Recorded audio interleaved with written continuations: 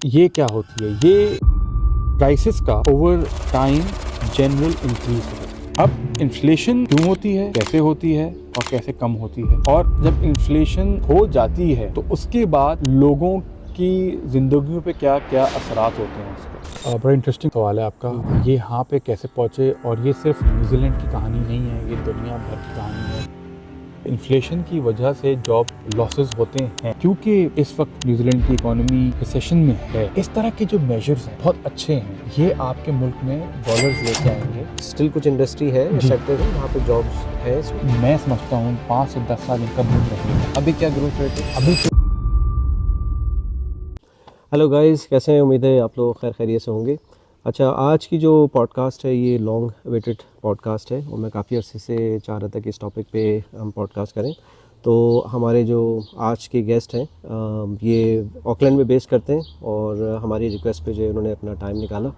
और आज की पॉडकास्ट में हम बात करेंगे, जैसे आपको पता है कि न्यूजीलैंड की जो करंट फाइनेंशियल सिचुएशन है, इन्फ्लेशन चल रहा है और जॉब मार्केट भी जो है बहुत डाउन है। तो इनसे इन सारे सवालों का जवाब हम हासिल करेंगे इनके एक्सपर्टीज़ के हवाले से कि इन्फ्लेशन क्या होता है और इसका इम्पैक्ट क्या होता है, इसका वे फॉरवर्ड क्या होगा, इससे कैसे निकला जाए और जॉब मार्केट पे जो है वो इसके क्या असरात होते हैं। अस्सलाम वालेकुम अली भाई, सबसे पहले आपका बहुत शुक्रिया कि आपने जो है हमारे लिए टाइम निकाला। अली भाई का मैं थोड़ा सा इंट्रोडक्शन करा दूँ। इनका जो बैकग्राउंड है वो पोर्टफोलियो मैनेजमेंट के अंदर इनकी एक्सपर्टीज़ हैं और इसके अलावा ट्रेजरी सेल्स और यहाँ की जो जाइंट समझ लें क्लाइंट हैं उनको जो है वो फाइनेंशियल सर्विसेज और पोर्टफोलियो मैनेजमेंट और उनकी जितनी भी फाइनेंशियल पॉलिसीज़ और रिस्क मैनेजमेंट के हवाले से उनको सर्विसेज देते हैं। तो बाकी जो है हम इनसे ही जानेंगे। तो अली भाई, सबसे पहले तो आप ये बताइए कि न्यूजीलैंड ही आपने क्यों चूज़ किया? वैसे तो बहुत सारे कंट्रीज़ हैं, लोग वहाँ जाते हैं, ऑस्ट्रेलिया है, यूएस है, कनाडा है, तो वाई न्यूजीलैंड?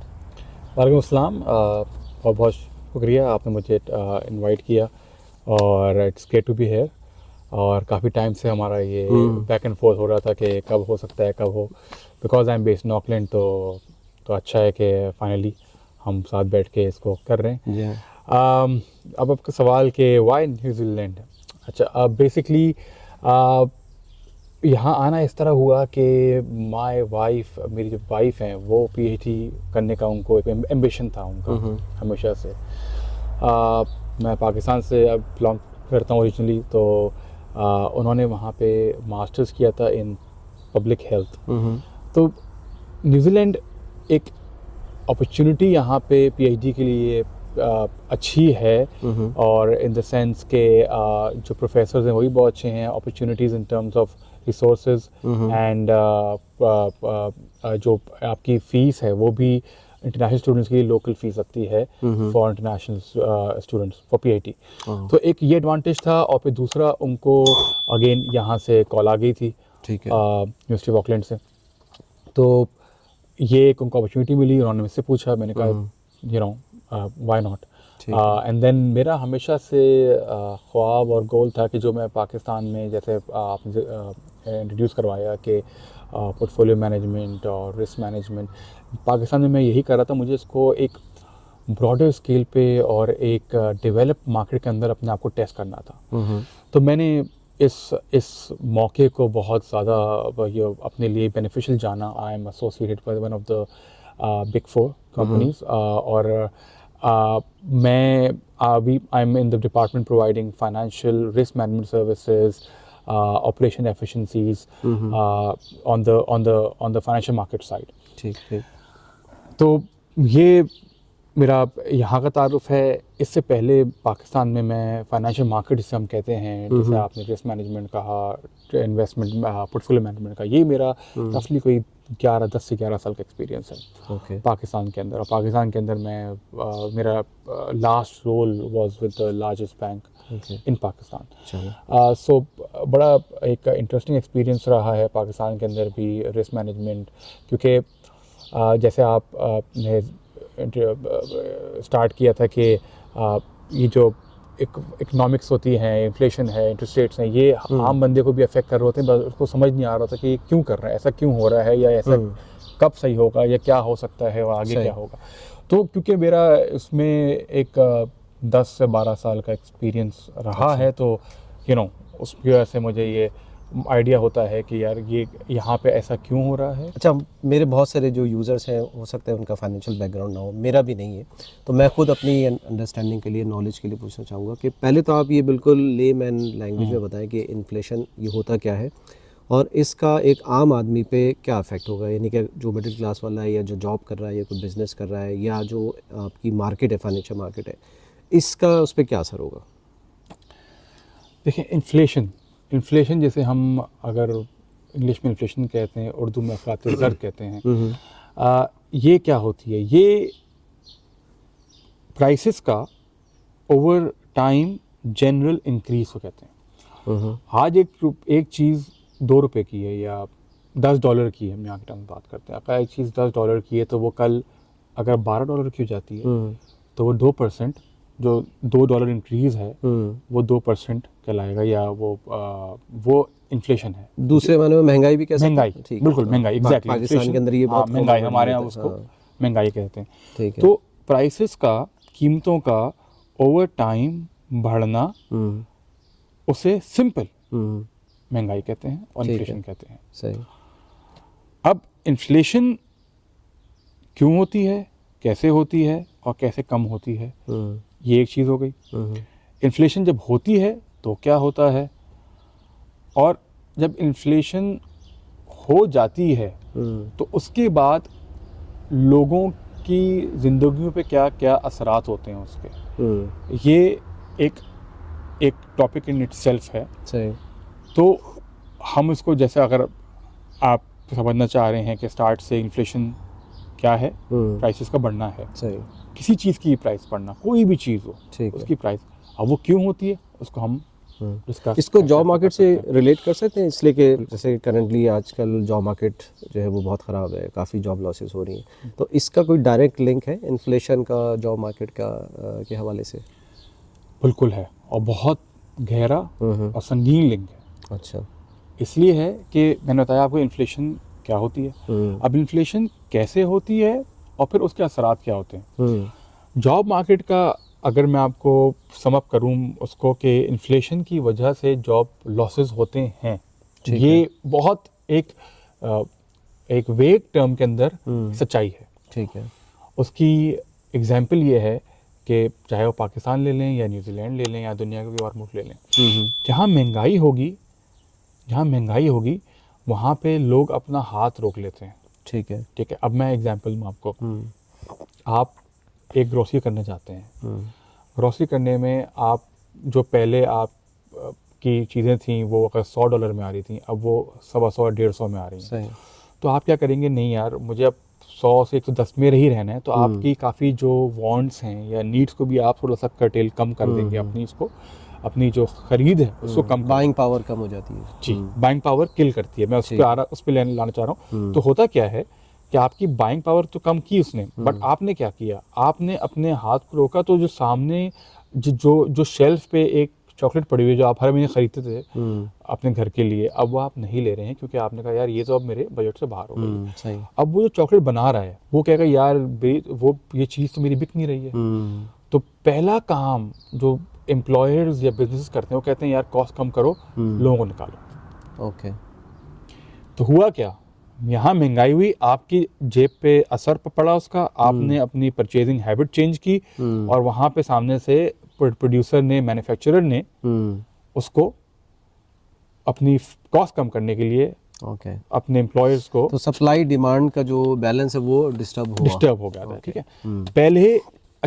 पहले इसमें सप्लाई डिमांड के फैक्टर्स इन्फ्लुएंस भी करते हैं इन्फ्लेशन को, और फिर ऑन द अदर साइड वो भी डिक्रीज भी करते हैं इन्फ्लेशन को। तो दोनों तरफ चलती है ये। ठीक है। बट अब उसके फैक्टर्स के ऊपर बात ऐसा तो कर सकते हैं गोइंग फॉरवर्ड कि क्या फैक्टर्स हो सकते हैं, बट यस, जॉब लॉसेस होते हैं। अच्छा, अब हम एक थोड़ा सा पीछे हटके बेसिक क्वेश्चन करेंगे कि इन्फ्लेशन, ये जो अभी करंट मार्केट है न्यूजीलैंड की, हम यहाँ पहुँचे कैसे, मतलब ये स्टार्ट कैसे हुआ, और फिर हम उसके बाद सेकंड उसका क्वेश्चन होगा कि इससे निकलने का रास्ता क्या होगा और वो कितना टाइम लगेगा उसमें।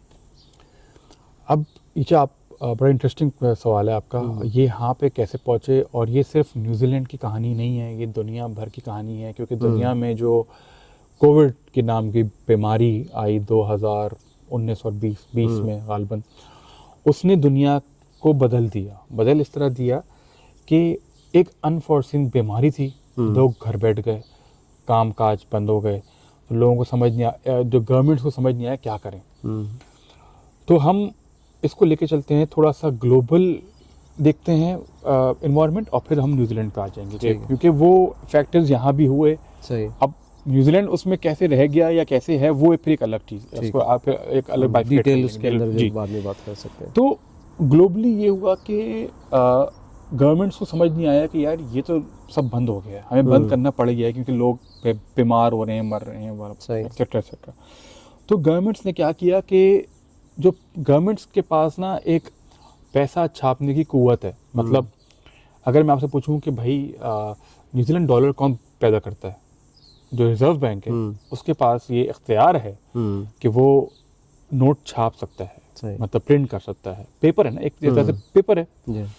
तो जो गवर्नमेंट्स थी उन्होंने ये फैसला किया, अभी हमें बिजनेस एक्टिविटी को चलने देना है, या हम अगर बंद कर देंगे सब बंद हो जाएगा, एकदम से मामला बैठ जाएगा, ठप हो सकता है। तो उन्होंने पैसा बिजनेसेस को दिया, वो पैसा दिया जो कि सिस्टम के अंदर नहीं था, वो पैदा करके दिया। ओके। मतलब बिजनेस को रन करने के लिए चलाने कि यार तुम अपने एम्प्लॉयज़ को होता वही बात आ गई कि जब उनकी सेल नहीं हो रही थी, तो अपने लोगों को फारिग करेंगे, निकालेंगे, जॉब लॉसेस होंगे।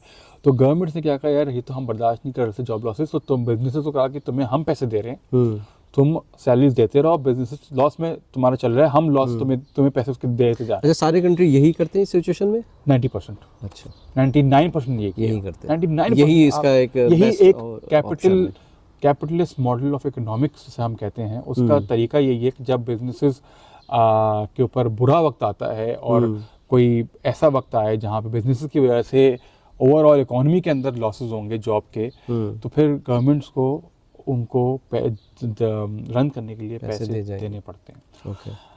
2020-21 के अंदर यूएस से लेके, ऑस्ट्रेलिया से लेके, न्यूजीलैंड, कनाडा, सब ने पैसे प्रिंट करके सब अपने लोगों को रिटेन करने के लिए, जॉब लॉसेस ना हो, इंडस्ट्रीज चलती रहें, उनको पैसे दिए। सही। अब हुआ क्या, अब फर्ज करें मैं आगा साहब, आपकी जॉब चल रही है, अच्छा, एक तो बिजनेस को पैसे दिए कि आप हमसे बहुत सस्ते 0% पे लोन ले लें और चलाते हैं। 0% पे लोन का मतलब होता है कोई कॉस्ट नहीं है उसकी। और दूसरा क्या किया गवर्नमेंट ने कि साथ साथ घरों को बेनिफिट दिए। आप देखा भी होगा यहाँ पे कि जैसे अमेरिका में उसका नाम था हेलीकॉप्टर फंड्स थे, और यहाँ पे कुछ और नाम होगा कि जो हर महीने आपको $1000 $2000 इस तरह पैसे मिल रहे हैं। अच्छा, अब हुआ उससे ये कि आपको सैलरी भी आ रही है और आपके पास $1000 भी आ रहे हैं। अब आपने कहा यार ये तो बड़े वारे नहीं आ रहे हो गए, ये तो बड़े यहाँ से ही पैसे आ रहे हैं, यहाँ से ही पैसे आ रहे हैं। अब इंसान की जो फितरत है, फितरत ये है कि जब उसके पास ज़्यादा पैसे आते हैं तो वो कहता है यार टीवी घर पे नया लगा लेता हूँ, गाड़ी ले लेता हूँ, घर का ड्राइवर खराब हो रहा है, एक्स्ट्रा खर्चे करने शुरू कर दिए उसमें। तो अब डिमांड, वही आपकी बात आ गई, डिमांड सप्लाई की बात आ गई। तो जब इस तरह के लोगों ने खर्चा करना शुरू किए, डिमांड बढ़ी। अच्छा, अब हम अपनी लैंग्वेज में कहते हैं फाइनेंशियल मार्केट्स की डबल वहमी ये होता है कि एक चीज़ डिमांड तो बढ़ गई, मगर दूसरी तरफ से दुनिया में सप्लाई थी बंद, क्योंकि कंटेनर बंद पड़े हुए थे दुनिया में, कंटेनर पोर्ट्स पे खड़े हुए थे और सामान नहीं बहुत कम आ जा रहा था। अब एक चीज़ की अगर डिमांड बढ़ गई है और सप्लाई एक लिमिटेड है, तो क्या होगा, प्राइस बढ़ेगी फिर। तो फिर क्या इन्फ्लेशन। अच्छा, ये मैंने आपको बताया कि गवर्नमेंट की एक पॉलिसी से कैसे इन्फ्लेशन ट्रिकल हुआ। गवर्नमेंट ने पैसे दिए। गवर्नमेंट का काम क्या होता है, जब अमूमन अक्सर गवर्नमेंट का काम ये होता है कि जो पैसे दे रही है वो प्रोडक्टिव कैपेसिटी में लगे, मतलब उससे लोग फैक्ट्री लगाएं। जब फैक्ट्री लगेगी तो कुछ प्रोड्यूस करेंगे, लोगों को एम्प्लॉय करेंगे, जब प्रोड्यूस करेंगे वो या तो लोकली कंज्यूम होगा या एक्सपोर्ट हो जाएगा। अच्छा, और जो प्रोड्यूस कर रहे हैं उसमें जो लोगों को एम्प्लॉय कर रहे हैं उनके पास उनको तनख्वाह दे रहे हैं। जब वो उनको तनख्वाह दे रहे हैं वो बाजार में जाके खर्च कर रहे हैं, वो अपनी सहूलियात या अपने रोज़ के जो एक्सपेंसेस उसको मीट कर रहे हैं। तो एक पहिया चल रहा है, साइकिल चलेगा, ठीक है। तो गवर्नमेंट ने पैसे तो दिए बट वो साइकिल नहीं चलाया और कोई प्रॉपर चेक एंड बैलेंस उसका नहीं हो, बिल्कुल, तो वो चेक और एंड डिस्टर्ब बैलेंस कर दिया। और डिस्टर्ब हो गया उसकी वजह से। गवर्नमेंट ने ये नहीं देखा कि आपको $1200 दे रही हूँ मैं, तो $1200 आप कहाँ खर्च कर रहे हो, क्या पता लोगों ने किए होंगे, टीवी पर लिए, शायद ये भी हो कि हो सकता है किसी को 1200 नहीं चाहिए, उसको खाली 600 चाहिए, आपने उसको भी 1200 दे बिल्कुल, वो इक्वालिटी का कॉन्सेप्ट फिर यहाँ पे डिस्टर्ब हो गया। तो इस तरह ये शुरुआत हुई, यहाँ से शुरुआत हुई तो 2020 कोविड के वक्त से, कि जब गवर्नमेंट्स को दुनिया की समझ नहीं आया कि हम क्या करें, उन्होंने प्रिंट किया पैसा सिस्टम के अंदर इंजेक्ट किया, और वो इतना इंजेक्ट किया, अब उसमें उन्होंने यही रीडिंग गलत कर दी कि इतना करना चाहिए, इतना ज़्यादा इंजेक्ट कर दिया कि उसकी वजह से उस पैसे को सिस्टम से वापस फ्लश आउट करते करते उनको अभी तक जाके आप ये देखें, यूएस हो गया, न्यूजीलैंड हो गया, ऑस्ट्रेलिया, इंटरेस्ट रेट्स कम अब जाके होना शुरू हुए पिछले 6 महीने में। अच्छा, अभी रिजर्व उसके जो बैंक के इंटरेस्ट रेट कम तो हुए हैं, लेकिन उसका जो इम्पैक्ट है मार्केट में वो कब नज़र आएगा? वो अभी तक फिलहाल नज़र नहीं आ रहा है। जी, आपको याद होगा कि रेट बढ़ना शुरू हुए हैं 2022 में, जो मई 2022 में बढ़ना एकदम तेज़ी से रिजर्व बैंक ने बढ़ाना शुरू हुए तेज़ी से। 22 से लेकर जो इंटरेस्ट रेट बढ़ाए हैं 23 के स्टार्ट तक, 23 के मेरे ख्याल में फरवरी मार्च तक बढ़ाए, अप्रैल तक, तो उसके जो असरात हैं वो 24 के दिसंबर तक आते रहे। तो कितने 18 महीने तक, बिल्कुल 18 महीने तक असरात आते रहते हैं। जो ये अभी इंटरेस्ट रेट कम हो रहे हैं, इनके असरात मिनिमम 6 मंथ्स ओके और मैक्सिमम 12 से 18 महीनों में आएंगे। और ये आपकी जो रिजर्व बैंक की फोरकास्ट है, रिजर्व बैंक की फोरकास्ट ये कहती है कि जून तक मामला थोड़े से नहीं, मामला थोड़े ठंडे रहेंगे। अभी तक हमने इंटरेस्ट रेट स्टार्ट दिए हैं, मगर उसके बावजूद थोड़े से मामला ठंडे रहेंगे जून तक। उसके बाद से इकोनॉमी पिकअप करना शुरू करेगी second half of this year. But अगर मैं सर्कल बैक करूं कि न्यूजीलैंड में भी यही हुआ कि उन्होंने 2020-21 में जो इनके पास जिनके पास टैक्स पैसा था, रफली $3 अरब सरप्लस में पड़े हुए थे गवर्नमेंट के पास, $3 अरब। ओके, वो इन्होंने, जैसे मैंने बताया आपको, इन चीज़ों में बांट दी है, खर्च किए या बांट दिए।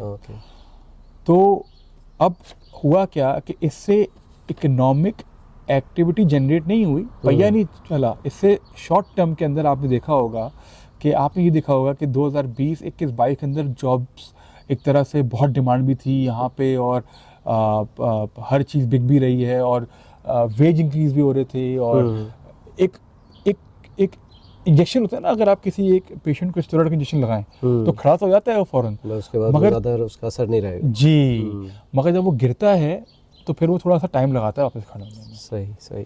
तो अच्छा, हम इसका लास्ट जो हमारा आज का पॉडकास्ट का जो आंसर है, तो थोड़ा तो आपने बता दिया, लेकिन हम उसको ज़रा सा और समराइज़ कर लेते हैं कि अभी जो गवर्नमेंट है वो क्या स्टेप्स ले कि ये हम ख़त्म की तरफ जाएं, या वो ले रही है और वो कैसे उसको कंटिन्यू करेंगे, और उसको कितना टाइम लगेगा, और उसके जो इम्पैक्ट है, जो उसके इंडिकेशंस है मार्केट में, वो कब तक हमें नज़र आनी शुरू हो जाएंगी। इसलिए कि जाहिर सी बात है कि जो आम आदमी है वो तो ये देखेगा भाई जॉब की कंडीशन कब अच्छी होगी, मुझे जॉब कब मिलेगी। इसलिए कि बहुत सारे लोग जो है वो मार्केट में इस वक्त जिनकी जॉब छूट गई वो भी सर्च कर रहे हैं। जो बाहर से आने वाले लोग हैं, जो कि स्टडी वीज़े पे आ रहे हैं, जाहिर सी बात है कि जॉब तो उनको भी चाहिए यानी जब उनकी स्टडी फिनिश होएगी।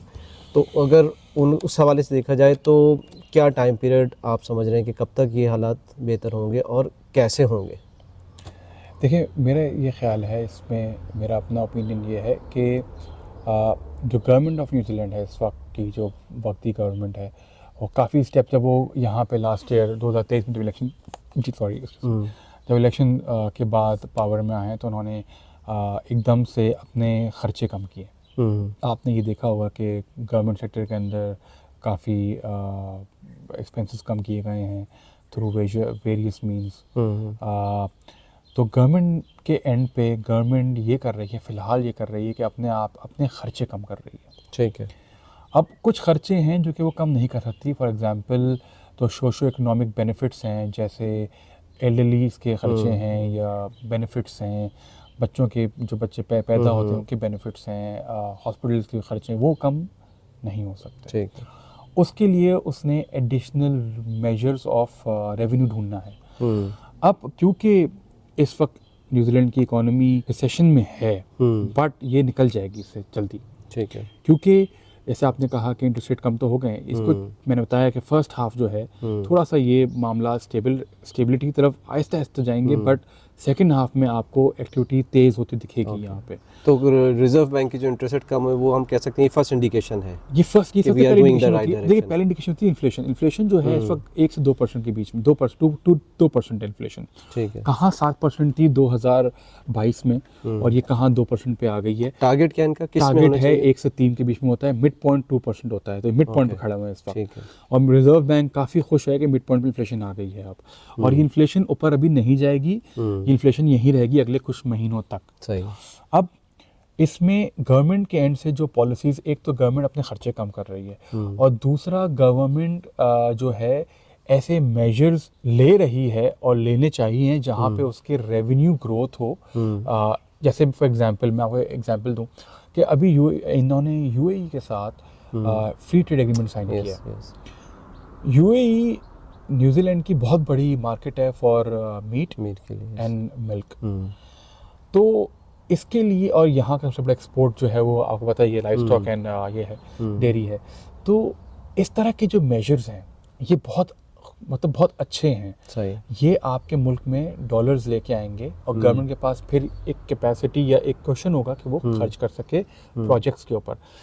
जब गवर्नमेंट प्रोजेक्ट्स पे ज़्यादा खर्च करती है तो उससे एक साइकिल चलना शुरू होता है। मतलब अगर गवर्नमेंट फर्स्ट करें कोई ब्रिज बनाती है, एक ब्रिज बनता है, वो कहने को तो एक ब्रिज है मगर उससे कोई 10 इंडस्ट्रीज चलती हैं साथ, तो फिर वो उस 10 इंडस्ट्रीज में कितनी और जॉब ग्रोथ होगी। तो ये मैं देखता हूँ कि गवर्नमेंट इस पे प्लान कर रही है। सबसे बड़ी एग्जांपल जो इसकी है, अभी आप वेलिंगटन से जो साउथ आइलैंड की फेरी सर्विस है वो उन्होंने नई फेरीज लेके आ रहे हैं। सही। तो इस तरह के उनके प्रोजेक्ट्स काफ़ी सारे हैं और ये प्रोजेक्ट्स मिड ऑफ 25 से जो है लार्ज स्केल पे किक इन करना शुरू करेंगे, जो कि आपकी जॉब ग्रोथ के लिए बहुत अच्छा है, इकोनॉमिक ग्रोथ के लिए बहुत अच्छा है। और गवर्नमेंट खुद कह रही है कि 2.4% मोस्ट लाइकली ग्रोथ होगी, रफली 3% ग्रोथ होगी 25 के मिड से लेके 26 तक। ओके। अच्छी ग्रोथ होगी। तो यहाँ पे आपको फिर उस वक्त, अभी क्या ग्रोथ रेट है? अभी तो नेगेटिव पे जा रहे हैं हम लोग, क्योंकि रिसेशन है। रिसेशन का मतलब एक सिंपल बता दूं कि दो, अगर आपकी जो ग्रॉस डोमेस्टिक प्रोडक्ट है, जो कि पैदावार है आपकी, वो अगर 2 क्वार्टर के अंदर नेगेटिव पे जाए, ग्रोथ नेगेटिव हो उसके अंदर, तो वो फिर रिसेशन का एक अलामत होती है। ठीक है। तो अभी हम रिसेशन में हैं, बट रिसेशन में है, बट इसमें निकल जाएंगे क्योंकि अब जो इंटरेस्ट रेट्स कम हो गए हैं, अब जो रिजर्व बैंक ने अचीव करना था वो कर लिया है। अब यहाँ से एक अच्छाई की उम्मीद है और रोशनी दिख रही है अब यहाँ से। और मैं समझता हूँ कि 2025 और 25 से लेके इंशाल्लाह 26 और आगे के साल अच्छे होंगे। ठीक है। जैसे आप लोगों ने, हम तो नहीं थे मगर आप लोगों ने 18, 19, 20 ये साल देखे, काफ़ी एक अच्छे साल थे, अभी भी बिल्कुल अच्छे बल्कि हैं। 2014-15 में बताऊँ, वो मैं भी उसी टाइम में आया था और काफ़ी लोग आए, और वो उस वक्त ऐसा था कि विद इन 1-2 मंथ्स के अंदर जॉब मिल जाती थी। मतलब बहुत ही एक जॉब्स के हवाले से, इंजीनियरिंग की और बाकी आईटी की भी। अच्छा, थोड़ा सा हट के सवाल ये कि अच्छा, रिसेशन, ये जॉब लॉसेस की हमने बात की, तो जब ये सिचुएशन होती है तो हर इंडस्ट्री में जॉब लॉसेस होती है? अभी भी कुछ ऐसी इंडस्ट्री हैं जिनमें जॉब है, यानी कि रिक्वायरमेंट है, जैसे कि लोग कहते हैं आईटी की फील्ड है, इसमें स्टिल शॉर्टेज है, इसलिए कि आईटी में और एआई में बहुत सारा काम हो रहा है। तो इसमें आप क्या कहते हैं कि स्टिल कुछ इंडस्ट्री है, सेक्टर्स हैं जहाँ पे जॉब्स हैं इस वक्त? जी बिल्कुल। देखें, जो क्योंकि इन्फ्लेशन का ताल्लुक इंटरेस्ट रेट से होता है, इंटरेस्ट रेट जब बढ़ते हैं तो महंगाई को कंट्रोल करने के लिए बढ़ते हैं वो, मगर वो फिर लोगों की जो जेब है उस पर असर पड़ता है। क्योंकि अगर आपके पास मॉर्गेज है तो वो आप किस्त दे रहे थे 1000, अब $2000 दे रहे हैं महीने की, या 1500 दे रहे हैं, तो वो आपके ऊपर एक तो वो फ़र्क पड़ा। दूसरा क्या होता है, बिजनेसेस के ऊपर ही फ़र्क पड़ता है। बिजनेसेस की जब इंटरेस्ट कॉस्ट बढ़ जाती है तो वो उसको पास ऑन कर देते हैं आवाम के अंदर, और वो इन्फ्लेशन का चैनल वो एक पहिया है। बट कुछ इंडस्ट्रीज़ हैं जो कि इससे जो लिंक इंडस्ट्रीज होती हैं वो तो थोड़ा सा सबड्यूड रहती हैं। मगर जो और इंडस्ट्रीज़ हैं, data science, data learning, machine learning, freelancing, startup की इंडस्ट्री है, एआई ख़ास तौर पे, ये अगले, मैं समझता हूँ 5 से 10 साल इनका बूम रहेगा ठीक है। ग्लोबली। और ग्लोबली जो होगा तो ऑब्वियसली फिर न्यूजीलैंड में भी होगा उसका बूम। ठीक है।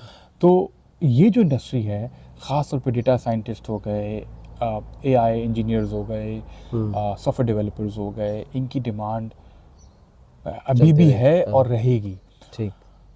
मतलब मैं जहाँ काम करता हूँ अभी, जहाँ मेरा एक्सपीरियंस ये है कि हम भी जो काम कर रहे हैं उसमें बहुत सारा एआई और बहुत सारी सॉफ्टवेयर डेवलपमेंट हमें भी ज़रूरत है, जो कि आहिस्ता आहिस्ता प्रैक्टिस में हम भी लाएंगे ताकि अपने काम को एफिशिएंट बना सकें। सही। सो टेक्नोलॉजी साइड के ऊपर बहुत ग्रोथ है, सही। अभी भी है। एआई के अंदर बहुत ज़्यादा कैपेसिटी है। तो आप ये देखेंगे, एक तो ये इंडस्ट्रीज़ हैं, माइनिंग, डेटा माइनिंग ख़ास तौर पे, इंजीनियरिंग साइड पे अगर जाएँ तो मशीन, जो जो लर्निंग ऑटोमेशन होती साइड है, के ऊपर वो एआई से ऑटोमेशन लिंक्ड साइड बहुत के सारे ऊपर हैं। ये बहुत इम्पोर्टेंट है। इस तरह की चीज़ें हैं। और जो स्पेशलाइज्ड फील्ड्स होती हैं ये कभी भी आउट ऑफ डिमांड जाती नहीं सही है, कह रहे जितनी हैं, स्पेशलाइज्ड फील्ड बिल्कुल होगी। ऐसे ही। बिल्कुल। चलें, बहुत शुक्रिया अली भाई। अच्छी जो है वो डिस्कशन रही और पर्सनली मैंने तो बहुत सारी चीज़ें सीखी इसके अंदर और मेरी नॉलेज में तो इजाफ़ा हुआ। और इस पे तो ये तो ऐसा टॉपिक है, इस पे तो 2-2 घंटे आप बात करें तो कम है। तो इसी वजह से हमने जो है वो उसको 2 हिस्सों में डिवाइड किया है फ़िलहाल। तो इंशाल्लाह जो है वो पार्ट 2 के अंदर थोड़ी सी और डिटेल में डिस्कशन करेंगे जब भी आपके पास टाइम हो। और आई होप कि जो हमारे व्यूअर्स हैं उनको भी जो है वो इन्फॉर्मेशन मिली होगी। तो अगर आपको वीडियो अच्छी लगी हो तो लाइक करिएगा, शेयर करिएगा। और अगर कोई आपका क्वेश्चन है तो कमेंट सेक्शन में आप लिख सकते हैं, तो हम इसको जो है वो आंसर पार्ट 2 के अंदर ले सकते हैं। और चैनल को अगर आपने सब्सक्राइब नहीं किया है तो वो भी कर लें ताकि मेरे आने वाली वीडियो जो है वो आप देख सकें। तो तब तक के लिए इजाज़त दीजिए। Take care, bye bye.